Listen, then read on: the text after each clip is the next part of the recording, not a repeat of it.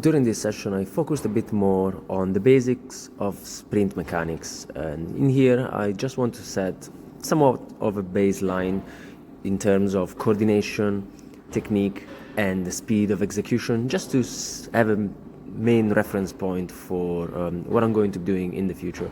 And I will be also slowing things down just to have a look at the way that my body moves, because when it's going a bit faster it's hard for me, for the untrained eye, to see how things are moving and if I'm doing things decently enough or where I can improve. So in here I was doing some skipping motions and marching also. I was basically trying to maintain as tight a core as I could, and tall back, high hips, and basically striking the floor just underneath my body.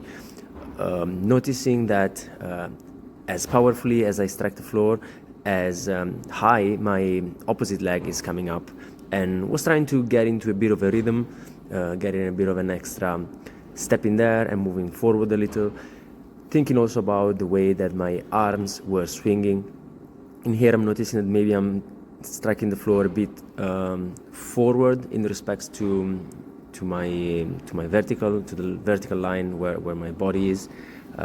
Some steps are better than others, and as I'm looking at the slightly slowed down version, it gives me a bit of an idea of on average where my technique is at. And also when I'm thinking about the speed at which I'm executing these movements, definitely that can be improved, but I wouldn't want to focus on speed before I have a good understanding of the way that the body should move optimally to achieve the best outcome when it comes to generating power from the grounds up.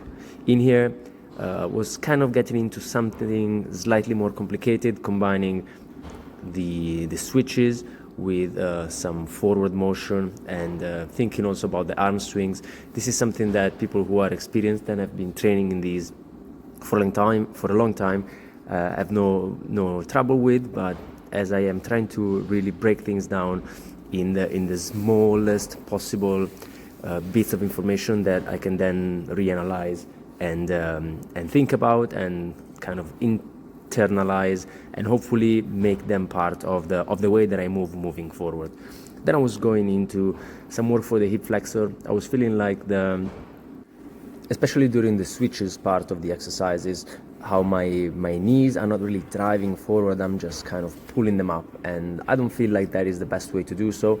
And I have seen people around mentioning how the knees should drive forward to propel the body, of course when there is an angle involved and power generated from the floor. So I thought about kind of getting into that motion, kind of isolating that, and also being very conscious about the way that my knees were driving with a bit of resistance that was continuous because I was using cables.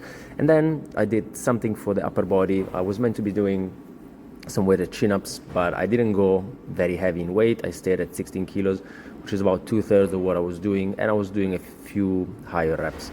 I stayed at one set only for these strength exercises, as I wanted to focus mainly on the more dynamic work that is hopefully going to set the foundation for all the sprinting and jumping stuff that I would like to get in the coming months as the summer approaches.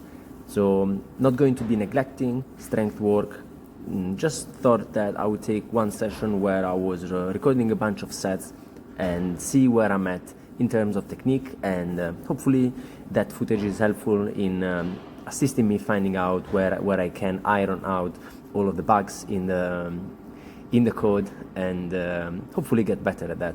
Finishing it off with some Nordic curls and bicep curls as well. Kept the strength work at a minimum because there's too much information for my body to absorb. Hopefully it wasn't too much. Let's see how it goes. Ciao.